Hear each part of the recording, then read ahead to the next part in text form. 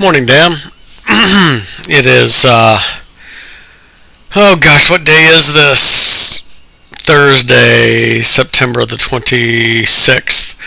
And as you can see, we're finally having our driveway redone. So what I did is I set the GoPro up to take a picture every 60 seconds. And I figure, well, hell, I can talk for 12 minutes, right? So anyway, so here, yeah. It has been cracked. Our biggest issue is that area right by the porch, right by Colleen's window, her bedroom window, is all of the water, especially when it rains really hard, and it's been raining really hard a lot in the last couple of years. That water will flow across the driveway towards the house because that entire driveway has sunk, I don't know, 2 or 3 almost 3 inches, and it's sunk the worst right there by the porch. So all that water flows towards the house, hits that, we have that little bit of a garden, not garden, but planters, bushes, things like that right by the window, but all the water flows that direction and then goes straight down the wall, and some of it ends up underneath her floor. So this is we knew we had to redo the driveway anyway, right? Because it's so cracked and so bad. So what we also did is I also had them take out those bushes right by Colleen's window, and we're actually going to pour that as part of the driveway as well. It's actually going to be cool because it's going to turn into a little sitting area right there by the window, which I think will be really nice. So they started this project on Wednesday morning at about 7 because that's when they can start making noise. The first thing they did is they came out with the jackhammer attachment to the Bobcat, and jackhammered holes in the concrete. Very loud, very funny. Anyway, the guy who's doing the work, his name is Mike. I got his name from Steve Briggs. He's a friend of Steve's, and Steve's the one, Mike is the one who actually built that pizza oven for Steve, so he does concrete and masonry. But Mike also, I don't know if he told you about the high school kid who was killed in a car crash about 3 weeks ago. He was a junior at the high school, was in Colleen's class. His older brother was friends with Preston. Anyway, it's Mike's grandson, so Mike and I, was able to talk to him a little bit about that. Mike said some wise words that, I've certainly come to realize is like, okay, well, it's a very sad and tragic thing, but there's nothing for it other than to get back to work and pour some concrete. So, anyway, this is Mike. He's pouring some concrete.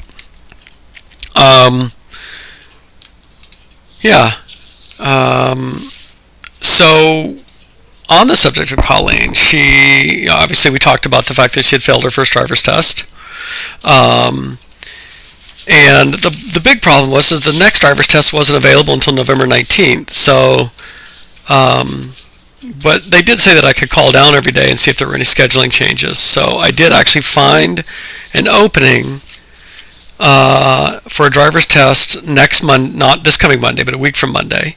Unfortunately, it's in Austin, which is on the other side of Rochester, right on I-90, which is where the Spam Museum was. That's where Hormel actually started and still is headquartered, is in Austin. So anyway, we have to go over there. It's about an hour and 15 minutes away. And what's funny is the very next day, Colleen has a cross-country meet in Austin. So anyway, hopefully that will go better than the last one. As to my wedding trip plans for Carew and Beth's wedding, here's my plan. Is I'm actually flying out on Wednesday. I'm going to be staying with Bill. I'm going to rent a car. Thursday I'm probably going to go up to Everett, and see Tracy, and maybe even EJ. Remember EJ, my senior year, my last year college roommate? So he is in State Patrol. He's a lieutenant up there, so I'm going to, I think, pop in and visit him too. Friday, I'm actually thinking of going down to Tumwater and Olympia and doing a little coffee stuff, maybe hooking up with Mike Elvin. So what you guys are going to get in on Friday, I'm assuming Friday night, why don't we just plan on connecting up on Saturday? Saturday morning, by the way, I am going to go to West Seattle and swim with that same group that I swam with last time. So that's my plan there. But then Saturday, day, I don't really have any specific plans, so other than to be with you guys. And then, of course, Sunday's the wedding, and then I leave first thing Monday morning. So, anyway, why don't we, let me know when you're actually going to be getting in on Friday, and then we can figure out what we're going to do from there. So, I'm actually looking forward to going down to Tumwater and Olympia. Like always, it's probably going to end up being this trip that actually is full of nostalgia and just a bit of sadness, because I realize I have absolutely no connection with anybody there anymore, which is too bad. But but who knows? Maybe I can actually find Mike and hook up with him. So let's see. My next item on my list of things to talk about is Marshall's job in Estonia. He just found out this morning, after really kind of waiting for almost 2 weeks, that he didn't get it. Honestly, I don't know why. I understand why they would take an application, but why they would even hire somebody who's entry-level system admin from the U.S. when they could, I'm sure, find somebody closer.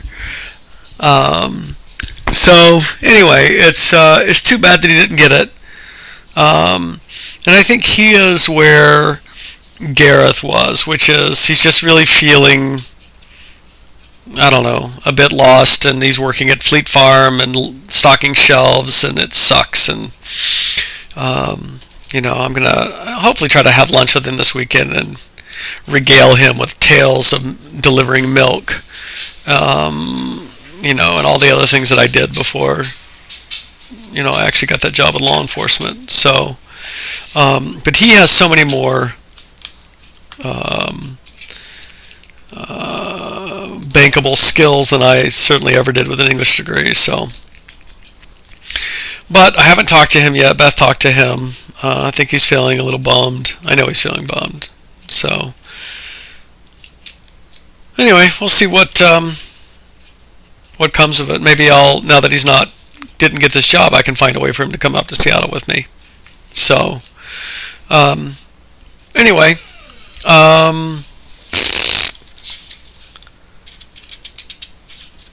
that is kind of the gets it on that. Let's see, what else? How about Trump's impeachment hearing? I don't know how you feel. I'm sure you would rather not deal with any of it, as would I. I just, I don't think there's any way for this to turn out well, of course. He got elected in the first place, so there's, by definition of that, it's not going to work out in the best interest of anybody, or the country. And yet he still has his diehard supporters. And I'm sure Clinton had his diehard supporters. But, it should come as no surprise that he's a bad dude. I don't know why we keep, we being in the media keep acting like, oh, it's such a surprise that he's a bad guy. I can't figure it out. I'm appalled by his behavior. Well, of course we're appalled by his behavior, and I guess that you just have to do this. I think they almost have to go through this impeachment hearing, even though it's, probably is going to work out in his benefit, with his diehard supporters. And of course the Senate's not going to do anything with it. So it's going to be like it was with Clinton, where the Congress will impeach him and then the Senate will not, and it'll just be a big circus. It's interesting though, because what you've got is Trump's overt cynicism and corruption versus the soft corruption of all the other politicians who peddle influence and are lobbied and benefit from it, but they don't do it. They don't openly talk about it,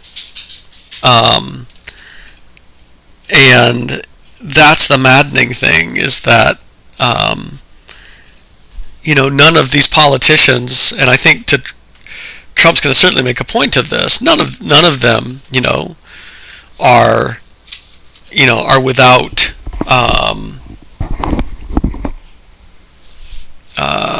without some guilt along those lines, and there probably is something with Biden and his son. I mean, of course, they're trying to make a buck off of their ability to make things happen. So, and so it goes, and so it goes, and so it goes on and on and on and on and on. I don't know how this is ever going to be different than it is. I don't know how we're ever going to elect ideal candidates who aren't corrupt and don't take lobbying money and blah blah blah. So anyway, those of us who don't, aren't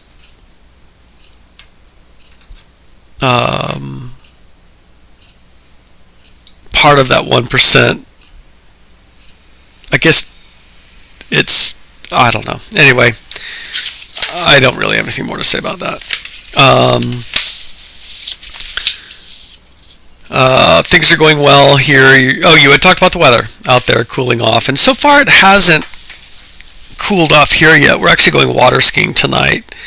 It's in the high 60s right now, but it's still pretty humid, so it's really comfortable outside without a sweatshirt on.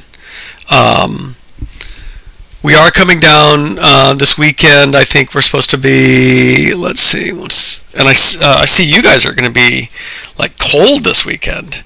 So actually we're going to be 83 on Monday. Our lows are going to be 60s. Next Thursday we'll have a low of 41, but certainly golfable. We're going to be golfing this Saturday and Sunday. Speaking of golf, Mike is still 8 behind, and we're coming down to crunch time, so he's got to make his move now. Let's see if he can be Mr. October or not.